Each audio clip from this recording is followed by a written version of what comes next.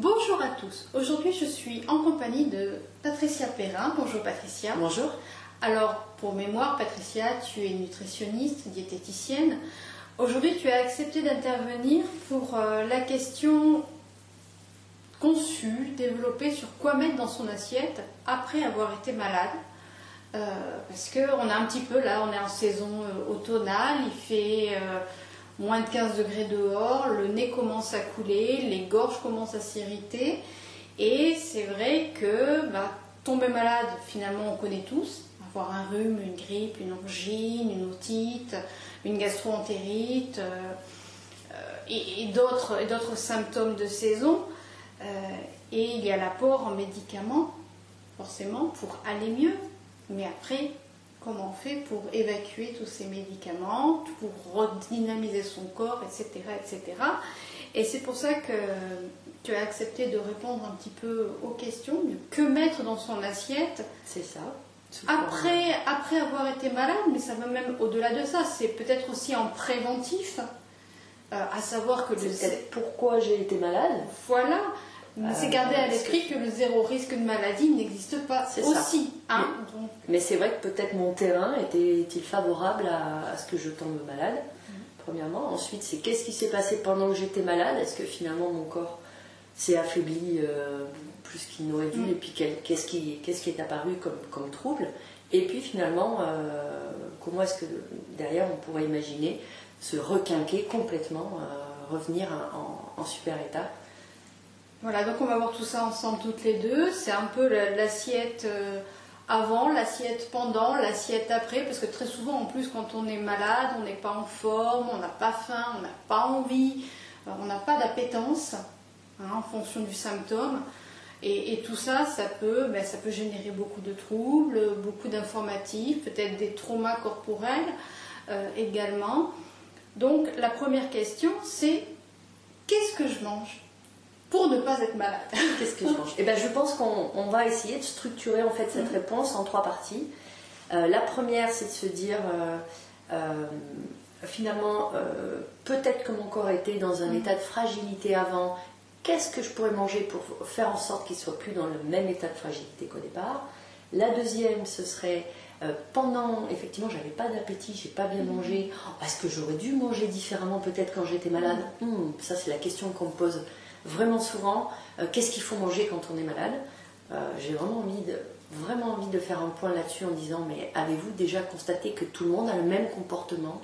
C'est-à-dire, on n'a pas très envie de manger comme on mange d'habitude, tout simplement. On n'a pas envie de manger équilibré quand on est malade. Et je pense d'ailleurs, si vous regardez les animaux, j'aime beaucoup m'en prendre l'exemple des animaux. L'animal, quand il est malade, il ne mange pas. Probablement que ce jeune, il a un but, j'en sais rien. Probablement, il a un but pour aider le corps à mobiliser ses défenses immunitaires. Et donc le troisième aspect, ce sera donc, on sait que pour mieux lutter contre les pathologies, les maladies hivernales, il y a quelques petits points de base qu'il faut, quelques nutriments qui doivent absolument être dans notre assiette. Et du coup, ça serait bien de pouvoir composer des petites assiettes plus riches dans ces nutriments-là. Alors on va commencer peut-être par l'assiette réconfort quand on est malade ou quand on commence à être un peu patraque, on a une mauvaise journée, etc. Donc on va établir un terrain favorable peut-être. Alors je précise, on est dans la saisonnalité des maux de l'hiver. Ce n'est pas seulement un état de fait, il ne faut ne pas s'arrêter à l'idée d'assiette réconfort. Assiette réconfort, ça va être peut-être tout ce qui est régressif, tout doux, tout mou, on pense au fromage fondu, on pense aux pâtes, on pense à ces aliments, à la purée, vraiment à ces aliments considérés réconfort. Je pense qu'il faut se laisser aller et probablement écouter un petit peu ses émotions, écouter son corps, écouter... on ne va pas se faire une belle salade de crudité comme quand on a la pêche et qu'il fait beau, qu'il y a un petit rayon de soleil. On n'est pas ça, on n'est pas dans cet esprit-là. Donc je pense qu'il faut effectivement se laisser aller à cette assiette réconfort. Pour certains, ce sera effectivement les coquillettes au beurre. Chez d'autres, ce sera le bol de lait au chocolat. Chez d'autres encore, ça va être le bol de céréales. On pense souvent, hein, ça fait référence quand même à cette notion de petit déjeuner. Je trouve c'est assez fréquent. Et puis surtout, ce qui revient systématiquement dans les envies, c'est la soupe. C'est le bol de soupe. Alors évidemment, quand on me dit mais finalement c'était pas équilibré, alors je dis alors certes, effectivement, quoi qu'il en soit, les trois options qu'on a évoquées là, elles sont pas équilibrées au sens de pour rester en bonne santé, il faut manger équilibré régulièrement dans sa semaine, dans son mois, toute l'année en fait. Manger équilibré, c'est apporter de tout au corps. Mais dans cette période-là, moi j'aurais tendance à dire écoutez-vous, prenez ce qui vous fait plaisir, ce qui vous fait envie. On essaye toutefois vraiment d'éviter d'aller vers les aliments sucrés et de grignoter toute la journée des aliments sucrés parce que en mangeant pas forcément équilibré, on va avoir faim assez régulièrement. Et là, c'est vrai que honnêtement, avec les placards qui sont on est à la maison, on est alité, on est avec les placards sous la main, c'est vrai que c'est si facile de se laisser aller à manger des paquets de gâteaux, etc. Alors là, très clairement, les vertus nutritionnelles du paquet de gâteaux vont vraiment pas être suffisantes probablement pour nous aider à lutter. Donc peut-être vaut-il mieux aller vers les féculents, peut-être vers la soupe, peut-être vers... mais on essaye toujours, c'est toujours le même constat, on essaye finalement de ne pas aller trop vers les aliments sucrés parce qu'ils apportent non seulement un réconfort à très court terme, mais derrière ils vont apporter aussi un comportement qui va être finalement, on va avoir des fringales, on va se retrouver avec ensuite peut-être même des désagréments digestifs, parce que le sucre en excès, c'est pas forcément très agréable. Encore une fois, c'est dans le symptôme de l'état dit malade, hein, quelle que soit la maladie qui est derrière. Alors je précise, maladie saisonnière, on n'est pas sur les pathologies lourdes, hein, là on est vraiment sur la maladie saisonnière. Et la maladie saisonnière, donc, on a vu, ça peut être le côté l'assiette réconfort. Et puis après, quand on est peut-être dans un état beaucoup plus fiévreux, beaucoup plus malade, ça va être l'assiette extrêmement légère, voire l'absence d'alimentation. Ouais, c'est ce qu'on évoquait finalement, voilà, le fait qu'il n'y a pas d'appétit. Et tout mon corps me le dit, il va pas bien. La fièvre, ça veut dire très forte déshydratation. Ça, c'est vraiment quelque chose qui est vraiment à ne pas négliger, que ce soit chez l'enfant notamment ou chez la personne fragilisée ou la personne âgée. La déshydratation qui est liée à la fièvre, c'est extrêmement rapide. Donc il faut probablement essayer de s'orienter vers les boissons chaudes, vers les soupes, les bouillons tout simplement. Ça, c'est vraiment quelque chose qui va être très intéressant. Et puis, oui, on fait une petite diète. Effectivement, c'est une diète. On va vider son tube digestif et on laisse faire nos défenses immunitaires, on laisse notre corps combattre les virus, les bactéries. Et dans ces apports de compléments en eau, que ce soit par infusion, par bouillon, par soupe ou par jus, hein, peut-être aussi, moi j'ai une question, on sait que le café va déshydrater, est-ce que l'on peut consommer également du café ou même pareil la théine, ou est-ce que c'est quand même à déconseiller quand on est justement dans un état un peu fiévreux, un peu malade, avec tendance à se déshydrater? Justement, je ne sais pas si on a très très envie de boire beaucoup de café quand on est dans cet état-là. Peut-être justement, le corps il nous dit effectivement il n'y a pas grand-chose qui va nous intéresser dans le café dans cet état-là.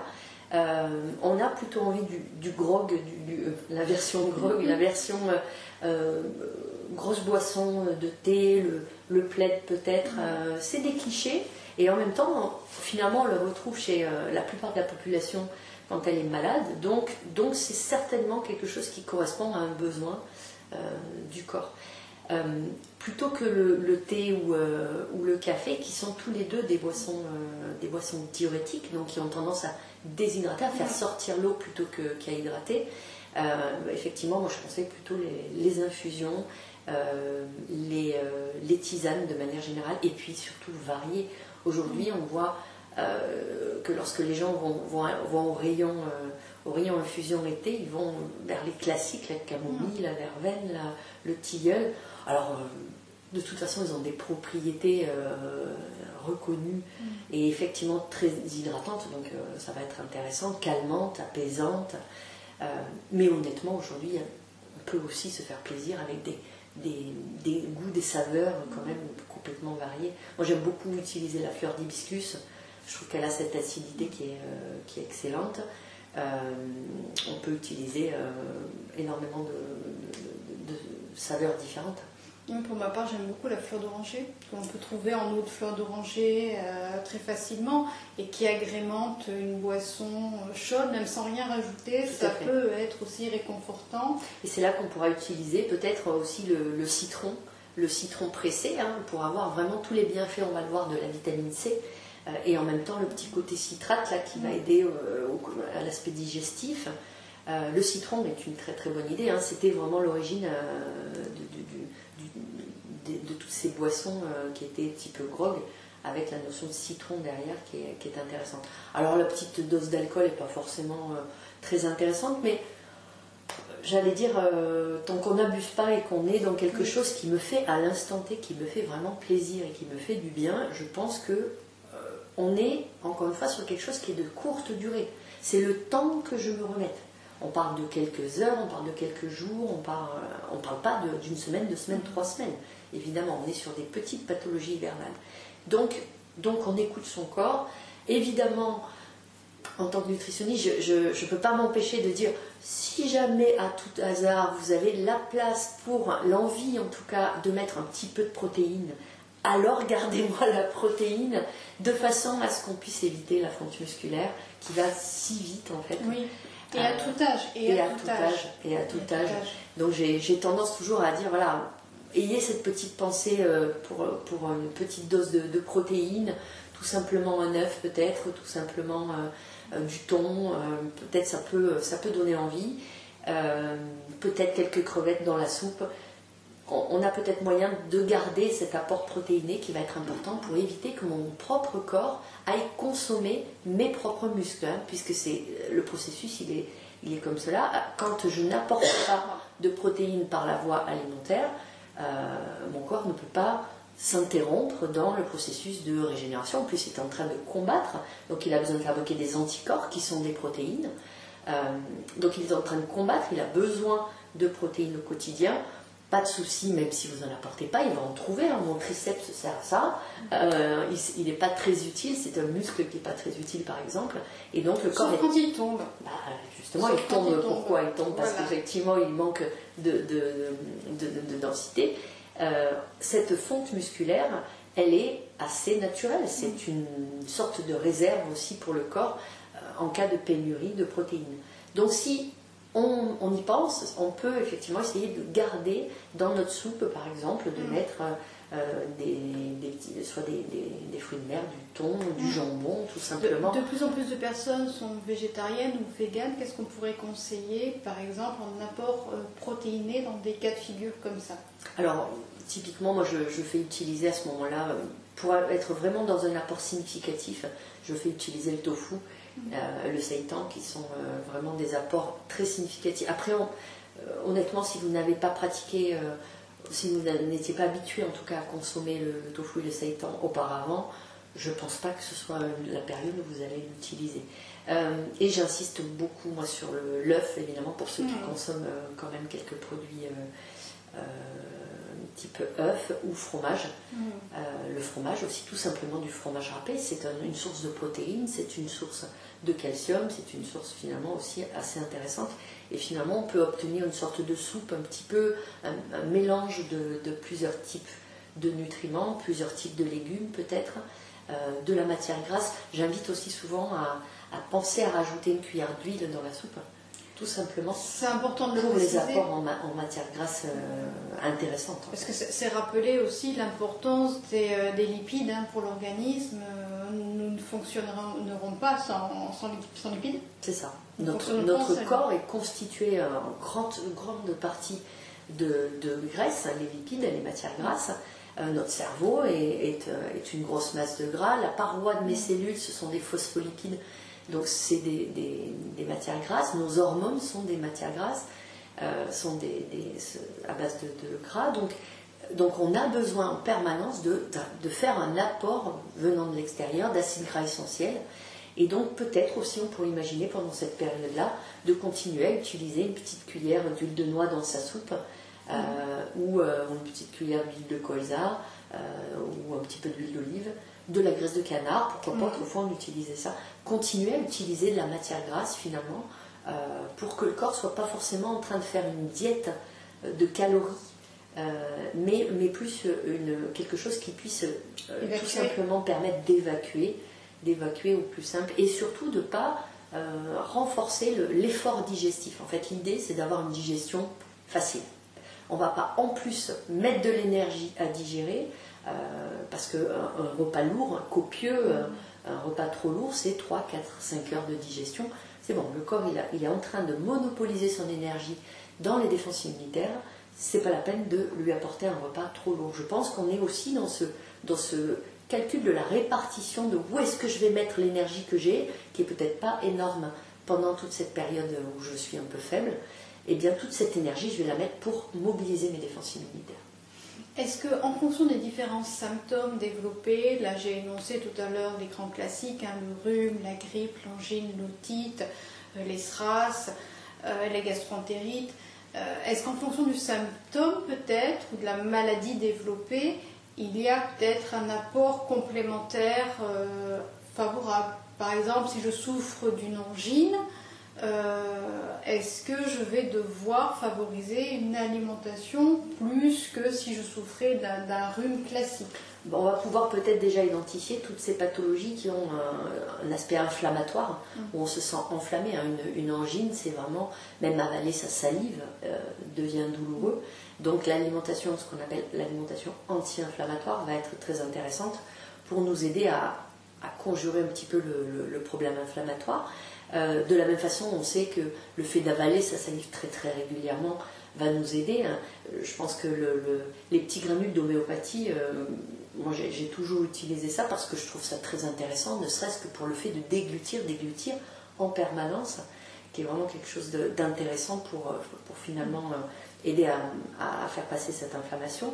Et puis évidemment, les recettes de grand-mère, hein, le miel, la gelée royale, tous ces aliments qui peuvent être intéressants, qui à mon sens sont un tout petit peu survendus parce que finalement on sait que ce sont les nutriments dans le miel qui vont nous intéresser réellement, et pas la quantité, et c'est pas le pot de miel qui va m'intéresser pour guérir de mon angine.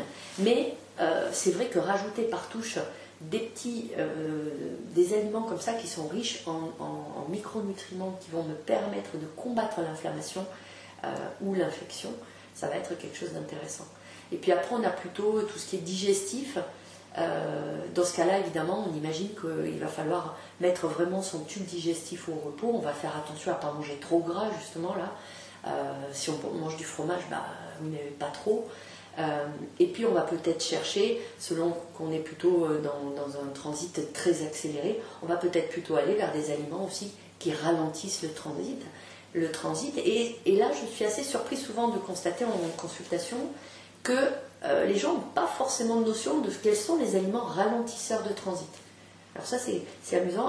Et en même temps, quand je pose la question, mais que donneriez-vous à un enfant, un bébé qui a la diarrhée, on me dit, du riz. Et j'ai dit, effectivement, quand j'ai des problèmes de transit, peut-être que le riz serait légèrement plus intéressant que tout simplement des pâtes ou d'autres types d'aliments. Donc peut-être le riz, effectivement.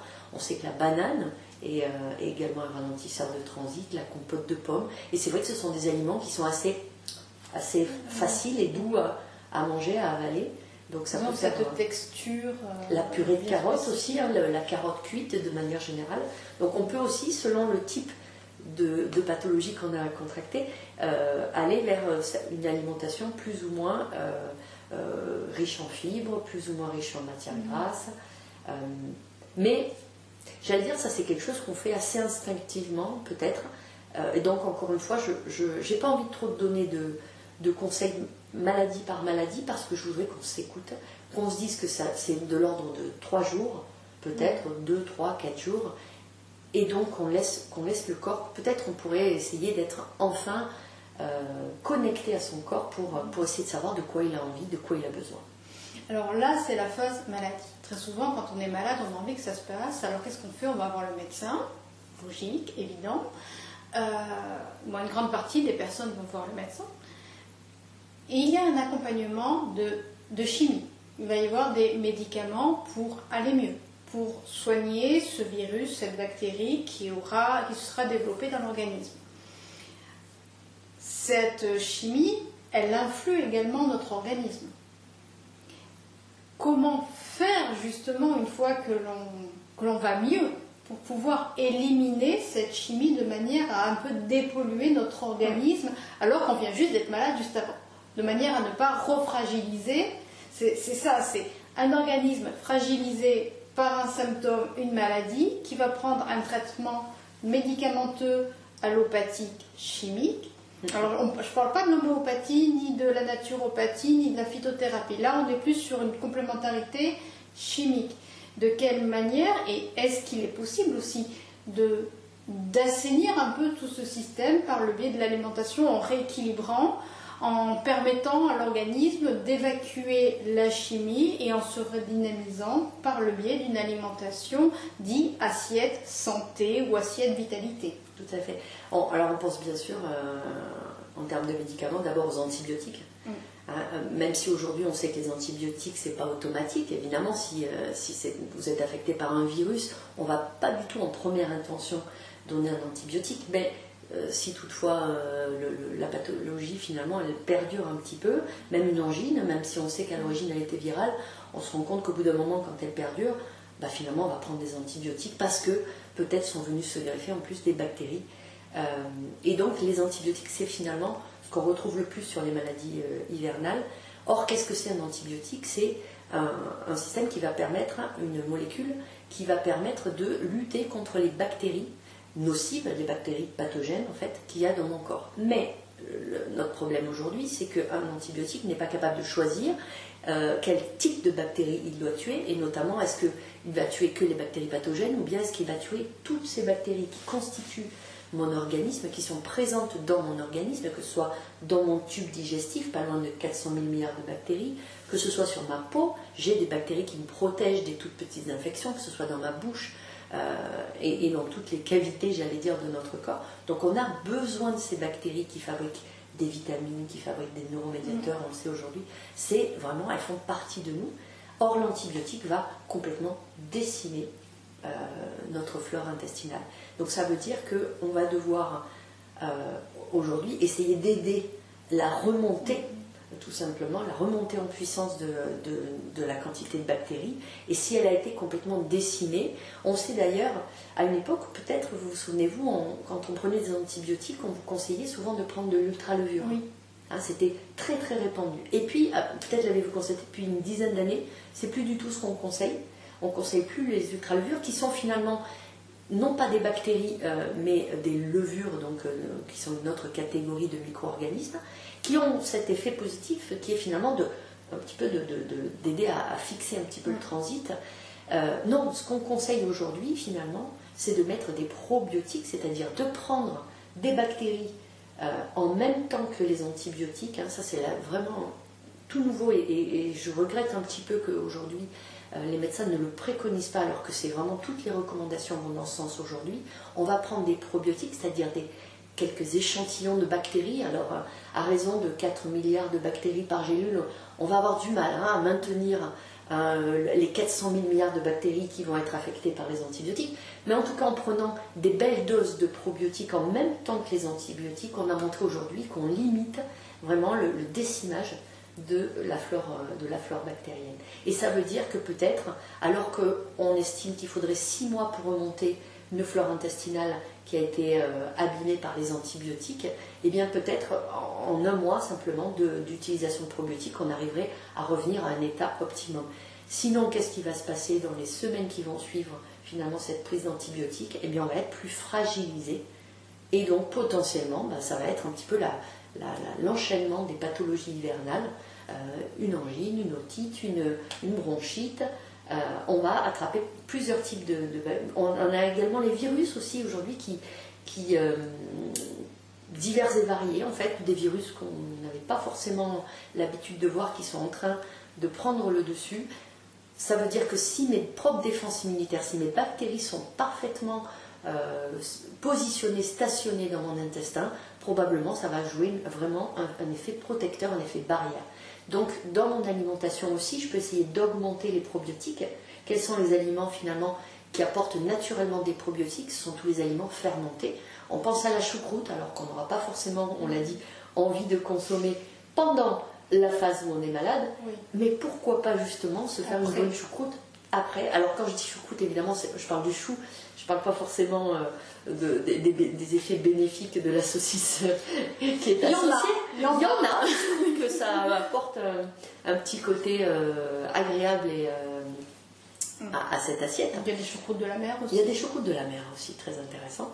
Donc la choucroute, donc tous les aliments fermentés, lacto-fermentés, peut-être vous en avez entendu parler, c'est un vrai sujet assez intéressant aussi aujourd'hui de faire soi-même peut-être ces légumes lacto-fermentés, la choucroute. Et puis pour ceux qui consomment des produits laitiers, il y a effectivement le fait de venir rajouter des bactéries.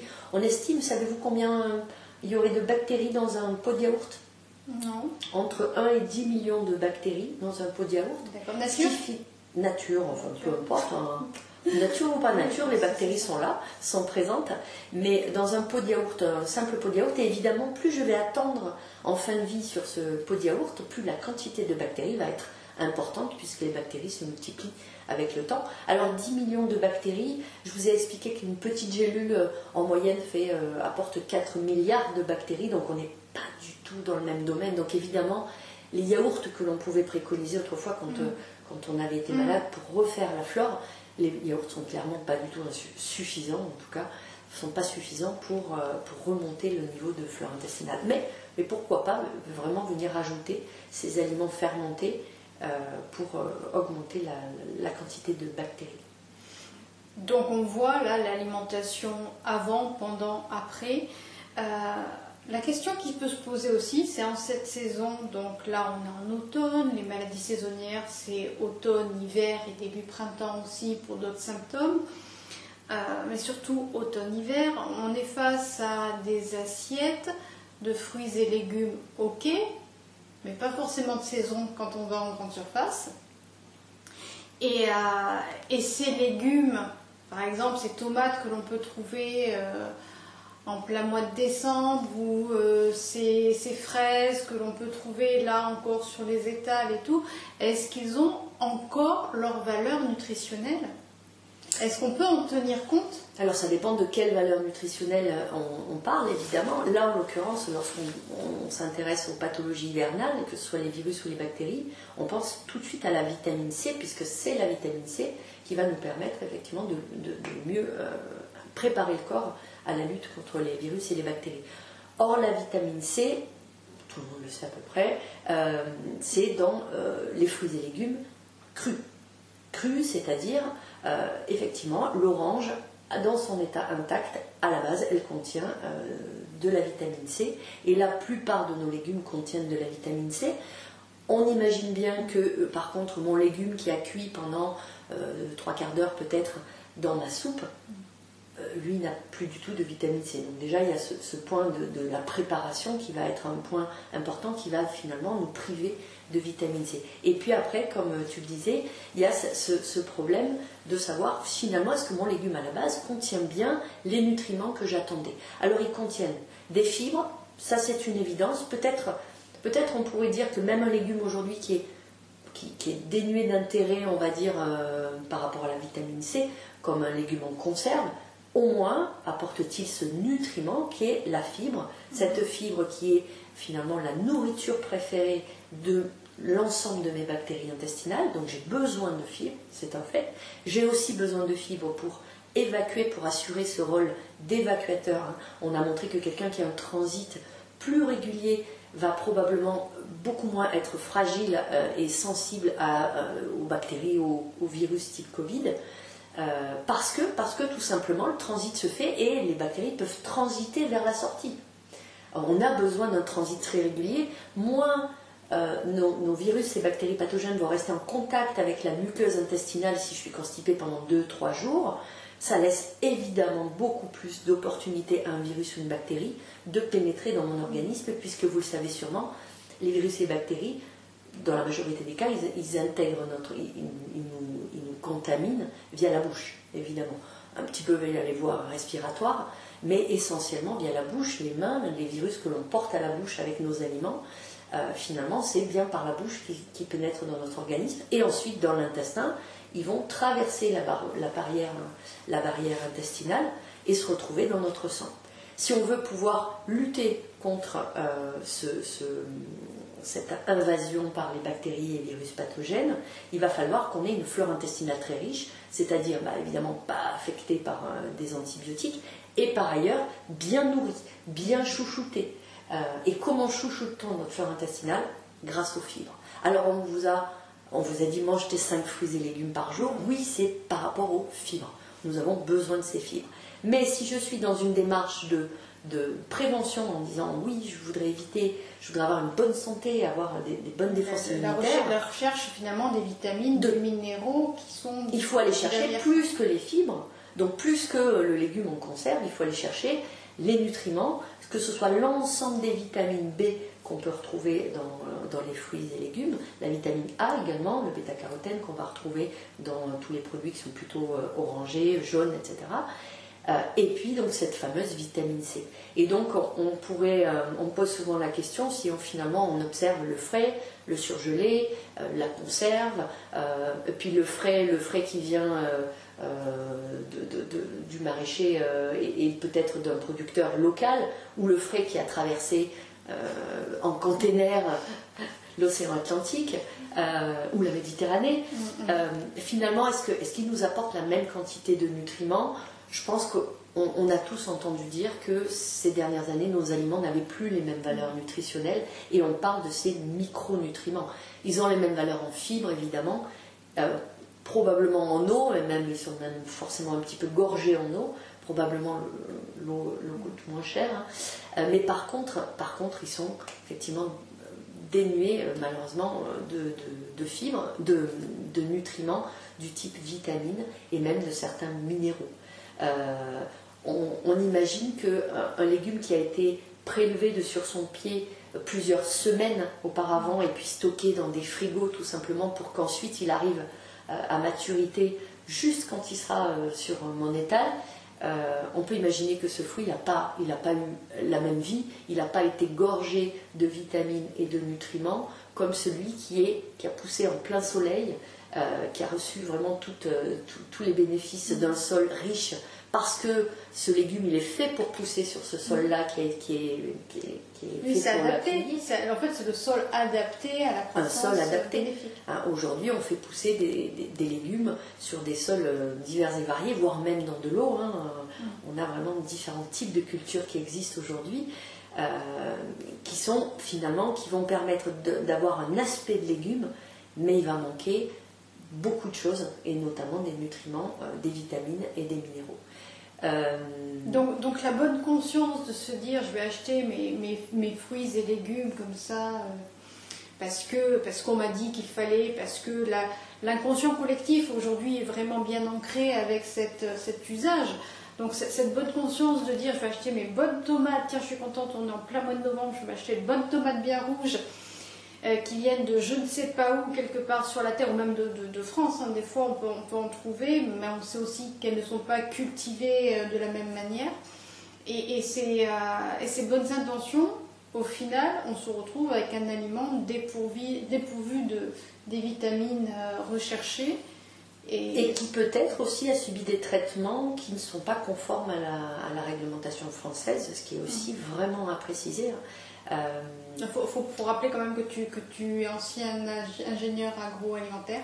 C'est ça. Donc tu connais la traçabilité nutritionnelle du produit. Ce qu'on appelle le cahier des charges d'un produit, quand on veut sélectionner un produit. Alors c'est très très vrai dans l'alimentation infantile, l'alimentation pour les bébés notamment, où l'on voit que pour arriver à pouvoir sélectionner une courgette qu'on puisse utiliser toute l'année pour faire les petits pots de bébés notamment, et bien pour trouver une courgette qui soit dénuée de métaux lourds, qui n'ait pas de métaux lourds, qui n'ait pas de pesticides interdits, c'est une vraie mission impossible lorsque vous achetez en dehors de la France et même malheureusement parfois en France, puisque nous avons également des pollutions en métaux lourds qui sont très très importantes. Et finalement, il y a un vrai challenge qui a été relevé par certaines marques nationales qui font des aliments pour bébés, une vraie pression qui est mise pour aller trouver ces aliments qui sont les plus sains, entre guillemets, dans une gamme d'aliments qui finalement sont quand même très très pollués. Alors, c'est un fait, on ne va pas non plus partir en psychose, j'allais dire. C'est pas le sujet, c'est pas la thématique. Mais notons que nous avons des normes françaises qui sont quand même strictes aujourd'hui, même si dans certains domaines, on est un petit peu laxiste, puisqu'on sait plusieurs années à l'avance que certains nutriments, certains additifs sont suspicieux, on va dire, pas suspicieux, mais pour lesquels on pourrait avoir un risque quand même pour la santé. On s'en doute, c'est pas encore démontré, c'est pas encore avéré, et bien dans le doute, effectivement, on va être prudent sur la consommation de ce type d'aliments. Sachez que dans les autres pays, on n'a pas cette prévention, on n'a pas cet effet de précaution qui est pris, et donc finalement faire venir des produits d'étrangers et même de très loin, tout ça pour dire je vais manger du légume bon en vitamines, sachant que les vitamines sont finalement, on a une grosse déperdition par rapport à un produit de saison ou un produit local. Eh bien je pense qu'il faut qu'on soit prudent et qu'on revoie peut-être notre façon de consommer. Pour avoir travaillé dans l'agroalimentaire aussi, j'ai tendance, moi plus peut-être que la plupart de mes collègues diététiciennes et nutritionnistes, à quand même conseiller le surgelé, le congelé. Alors pourquoi justement le surgelé, le congelé? Parce que très souvent ce sont des produits transformés, pas forcément bruts. On voit par exemple que des légumes pré-cuits surgelés, une fois décongelés, peuvent avoir une forte teneur en sodium, très salé, alors qu'il n'y a pas d'apport supplémentaire en sel. Alors déjà, pourquoi je les préconise? Eh bien pour cette raison de diversité. On voit qu'en hiver, les Français vont avoir envie d'aller varier leurs légumes, et vont finalement aller vers des légumes qui viennent de partout sur la planète. Et à ce moment-là, je leur dirais, alors si vous voulez vraiment acheter de la courgette plutôt qu'elle vienne du Kenya, ou plutôt qu'elle... peut-être serait-il plus intéressant d'acheter du surgelé, puisque le surgelé finalement il a été récolté, si je cherche bien, il peut avoir été récolté en France à la bonne saison, et simplement congelé dans les 24 heures, les 48 heures qui ont suivi.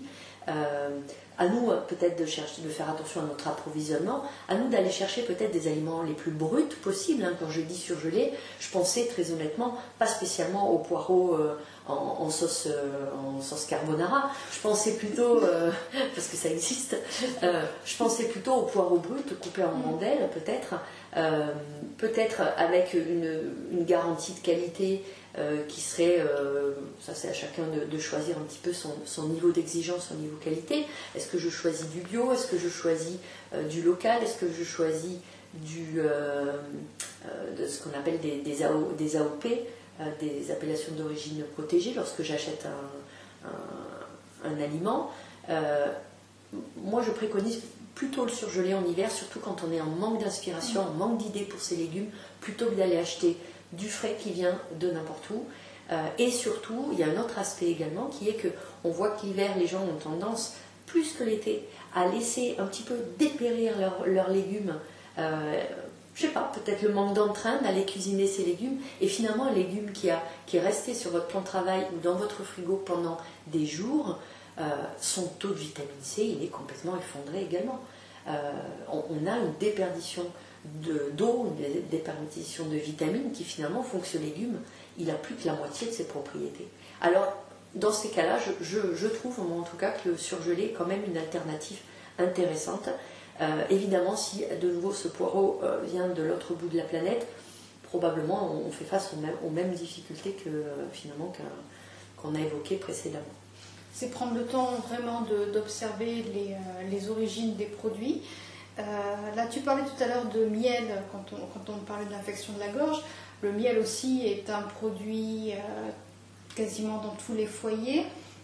On sait aujourd'hui qu'en fonction de l'origine du produit, il peut y avoir quelque part une transformation du produit. Alors non seulement une transformation, mais surtout on sait qu'aujourd'hui 80% des miels qui ne viennent pas de France sont frelatés.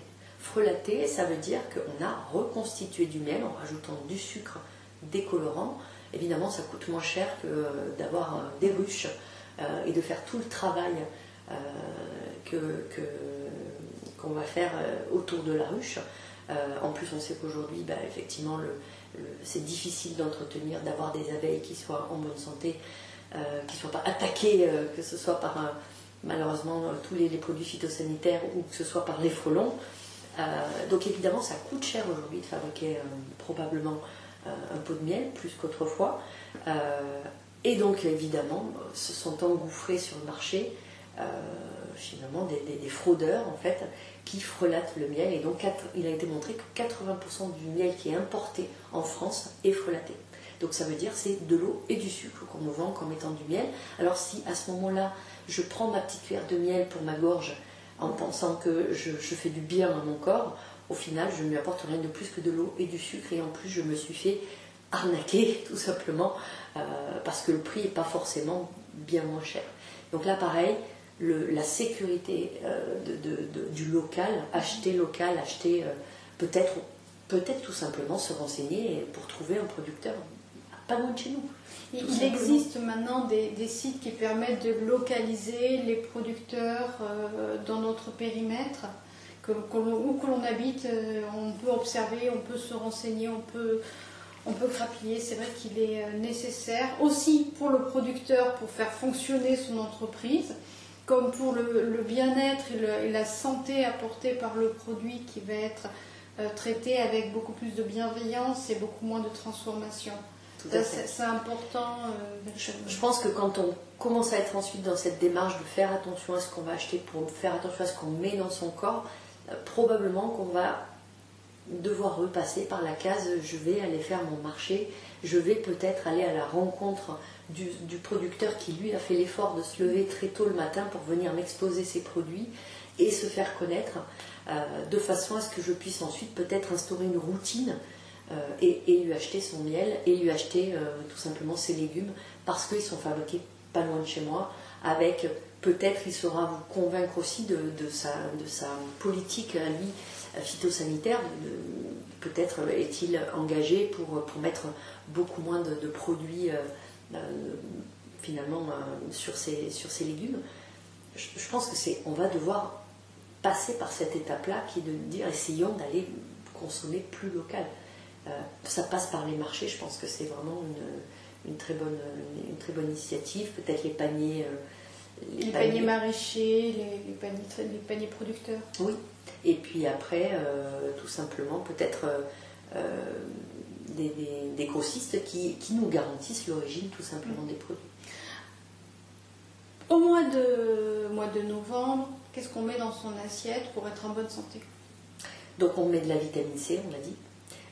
Donc ça veut dire du cru, ça veut dire que je pense à ne pas manger que de la soupe dans mon assiette, à me mettre que des légumes cuits, C'est vrai qu'on aime bien les gratins l'hiver, on aime bien les tartes, on aime bien les tartes salées, je voulais dire, les... sucrées aussi, mais tartes salées. On va penser peut-être à mettre du cru. Il y a pas mal de légumes également qu'on trouve souvent quand je pose la question. Alors, quels sont les petits légumes crus qu'on peut manger en hiver? On pense pas au radis, on ne pense pas à la mâche, on ne pense pas aux endives, on ne pense pas forcément aux champignons. Finalement, les champignons qui poussent en France, c'est en toute saison, hein, effectivement, vu le type que ce soit en cave ou autre, c'est toute l'année. Le champignon qui est vraiment très intéressant, qui fait partie de ces aliments qui sont riches en minéraux aussi, qui va être intéressant à consommer cru l'hiver. Donc on met d'abord de la vitamine C, on met ensuite de la vitamine D.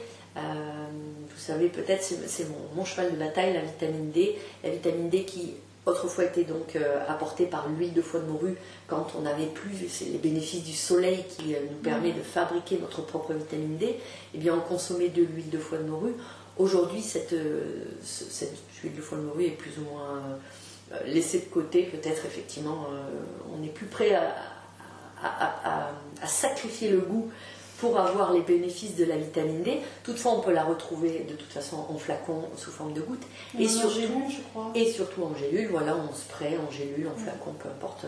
en gouttes. Et puis surtout, on va la retrouver peut-être aussi dans la consommation de poissons gras, des petits poissons gras si possible, les sardines, les maquereaux, qui peuvent être un bel apport en vitamine D. Donc deuxième chose. La troisième chose, on parlait tout à l'heure d'alimentation anti-inflammatoire quand j'ai une angine, quand mon corps est enflammé, est en inflammation. Eh bien, l'alimentation anti-inflammatoire, c'est les oméga 3.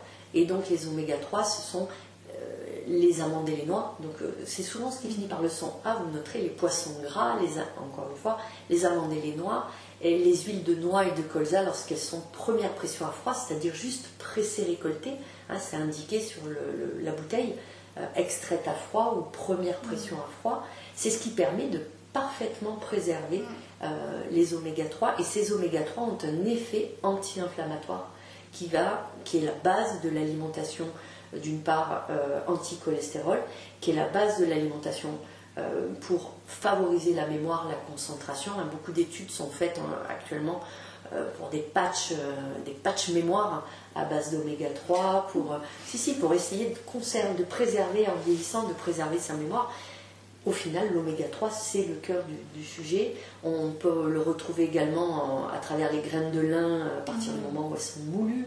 On va les retrouver évidemment en gélules, en complément alimentaire. Pourquoi pas? Ça fait partie aussi des compléments qu'on va préconiser aujourd'hui chez toutes les personnes qui sont à risque cardiovasculaire. Apporter l'oméga 3, c'est vraiment essayer de prévenir aussi l'encrassement de mes artères et de garder une bonne tonicité au niveau de mes vaisseaux sanguins. Donc les oméga 3, c'est peut-être utiliser un petit peu de truite, un petit peu de maquereau et sardines. On va aller chercher également donc, de la protéine, j'en parlais tout à l'heure, pour maintenir cette masse musculaire ou rattraper les quelques jours pendant lesquels je me suis nourrie de façon plus instinctive et finalement au détriment peut-être de ma fonte musculaire. Donc on va aller chercher des viandes maigres plutôt, des poissons, des œufs, des protéines végétales également pour les personnes qui ne consomment pas de viande. Pour les personnes qui ne consomment pas de viande, en faisant attention de bien remettre des doses significatives pour essayer de rattraper.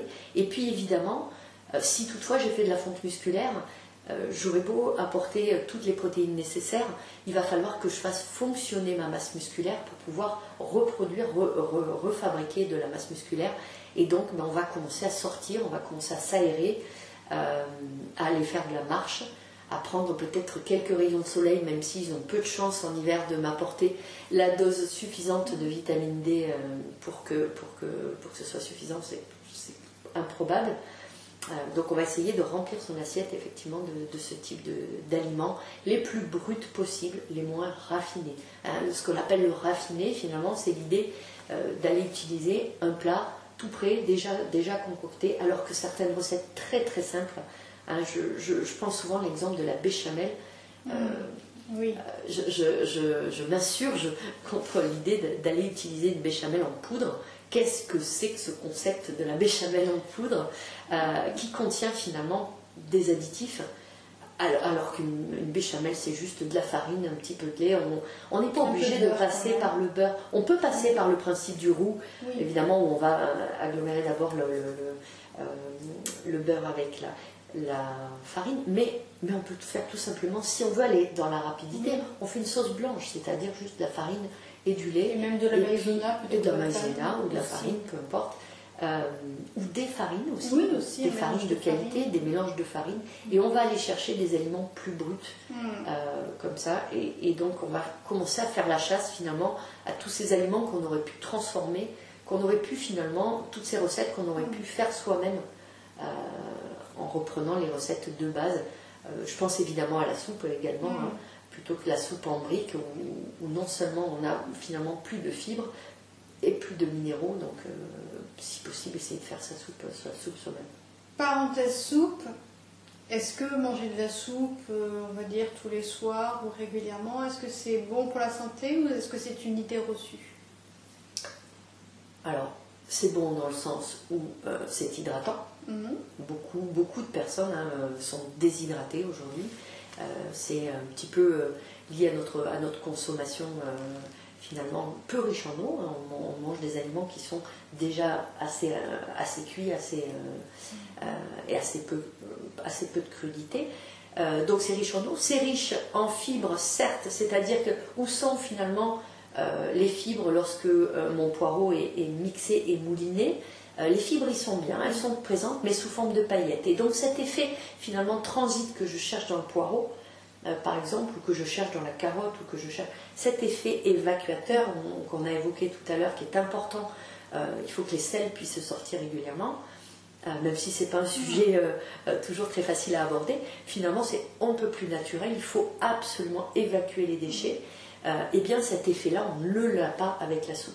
On ne l'a pas parce que la paillette de fibre, la fibre complètement mixée et cuite, n'a pas cet effet évacuateur. Quant aux vitamines et aux minéraux, il faut vraiment aller les chercher lorsque l'on va avoir cuit sa soupe pendant une très longue durée. Donc finalement la soupe, moi je dis oui pour le côté réconfort parce qu'on en a besoin. Et j'adore cette idée d'utiliser aussi l'alimentation avec plaisir et parce qu'on aime ça.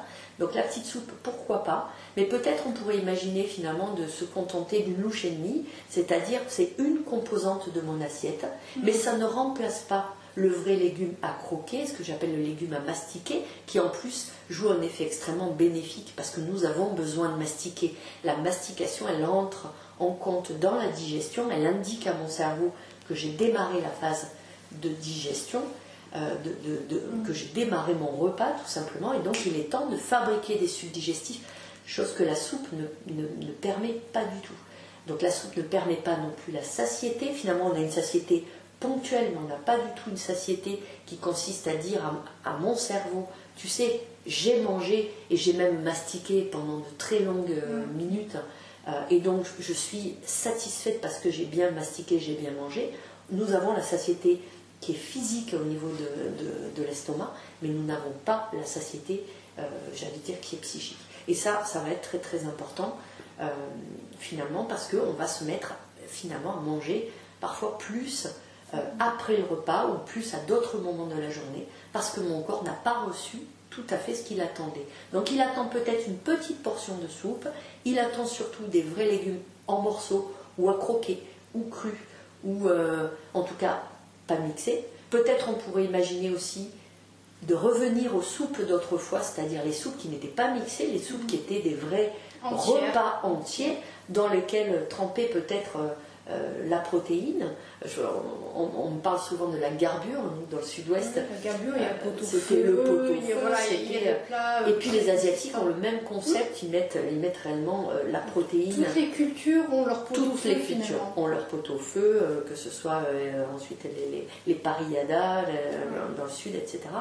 Finalement, toutes ces recettes qui permettaient d'avoir l'ensemble du repas dans quelque chose qui est assez, c'est vrai, assez régressif, assez agréable, le concept de la soupe tout en un. Donc moi je conseille, si on aime les soupes, c'est de faire une soupe complète, une soupe avec la protéine, une soupe avec la matière grasse qu'on oublie, on oublie en hiver finalement d'apporter cette matière grasse, ces oméga 3 qui sont si bons parce qu'ils sont anti-inflammatoires. Donc pensez à rajouter une cuillère, que ce soit une cuillère de graisse de canard.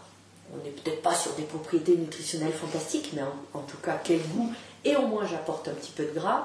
Et puis sinon plutôt apporter des oméga 3, on l'a évoqué tout à l'heure, des huiles diverses et variées. C'est vrai qu'une petite huile de sésame grillée dans la soupe, c'est absolument divin. Une huile de noisette, effectivement, toutes ces huiles qui apportent quelque chose, un vrai petit goût. Et donc on n'est plus, souvenez-vous, on n'est plus dans la chasse au gras comme dans les années 2000. Aujourd'hui on sait que le gras il en faut, mais il nous faut du gras végétal, bien choisi, et puis évidemment dosé. On ne parle pas de quantité énorme, mais juste donner cette petite dose, et utilisons des huiles première pression à froid, des huiles qui ont encore du goût, de la saveur, de l'odeur, qui ont des nutriments, ce qu'on appelle les vitamines liposolubles, qui sont les vitamines qu'on trouve que dans les matières grasses purement extraites, et qu'on ne va pas du tout retrouver dans des produits qui sont des huiles qu'on va pouvoir, ce qu'on appelle les huiles raffinées, qu'on va garder pendant 4-5 ans dans les hangars, j'allais dire, avant qu'elles soient délivrées finalement dans nos étals, sur les étals. Donc, allons chercher des vraies matières grasses et finalement de cette soupe faisant-en quelque chose de soit un élément dans mon repas complet, soit une soupe, mais une soupe complète. Mais également, on parlait tout à l'heure du lieu d'achat un peu des différents produits. C'est pareil pour les huiles. Moi, j'invite chacun à vous rapprocher des producteurs locaux. Alors, c'est peut-être pas dans l'immédiateté en fonction des huiles, mais il y en a peut-être à quelques kilomètres où il y a peut-être possibilité de trouver des fournisseurs intéressants. Il y a aussi la question financement qui peut se poser parce que quand on cherche des produits de qualité, il y a aussi le côté coût, il y a le côté budget. Quand on est un, quand on est deux, ça ne va pas être le même coût que quand on est une famille de 5 ou plus.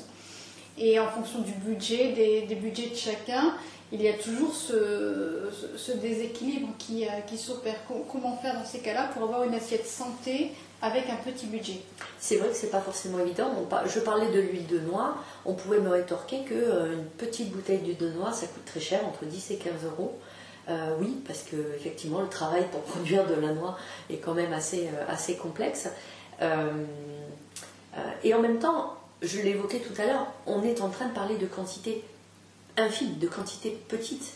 On ne va pas utiliser évidemment en friture le même type d'huile. On peut bien évidemment utiliser ces huiles pas chères pour faire des actions telles que des préparations telles que les fritures ou autres, mais lorsqu'on parle d'apporter du goût et de la saveur, on est sur la cuillère à soupe par assiette. Donc on est sur des consommations qui sont relativement restreintes. Et puis j'invite peut-être qu'à terme ça va se faire davantage aussi d'acheter en contenant un peu plus important, un peu plus gros, peut-être en vrac, plutôt au poids. Et peut-être de trouver des routines aussi, c'est-à-dire comme le panier, on l'avait dit, le panier maraîcher, que ce soit de trouver des routines qui permettent finalement de minimiser les coûts. À passer sur des produits bruts, c'est aujourd'hui la meilleure façon finalement d'avoir de la qualité pour un coût qui est relativement maîtrisé tant que je fais attention au dosage. On remarquera aujourd'hui que ce qui coûte le plus cher en prix kilo, c'est souvent les produits manufacturés, l'air de rien. Ces céréales pour petit déjeuner, quand on regarde le prix kilo, quand on regarde le prix d'un paquet de gâteaux apéritifs en prix kilo, c'est de l'air qui est vendu avec des arômes pour un tarif qui est juste extrêmement excessif. Peut-être on pourrait imaginer de faire des apéritifs avec des produits beaucoup moins industriels et donc d'économiser bout à bout en fait tous ces produits qui ne sont pas forcément d'un intérêt nutritionnel fabuleux et qui en fait finalement 1 euro par 1 euro, 2 euros par 2 euros finalement viennent complètement plomber la facture de course. Oui, c'est vrai que c'est important. On arrive à la fin de cet échange pour aujourd'hui, je précise, pour aujourd'hui, il y en aura d'autres. Avec plaisir. Ok, les symptômes, la maladie, l'assiette santé, mais avec ou sans chocolat? J'ai pas parlé du chocolat. Exact. Je pense que le chocolat, on va le mettre dans la catégorie de ce qu'on appelle ces super aliments. Vous savez, ces aliments qui sont tellement riches en antioxydants, il y en a quelques-uns comme ça, que finalement on ne devrait pas les enlever de notre alimentation. Même si finalement... Écoutez ce que dit la dame. Écoutez ce que dit la dame. Ça fait partie de ces aliments qui devraient être là finalement assez régulièrement, d'autant plus si on a une appétence, un goût vraiment particulier pour eux.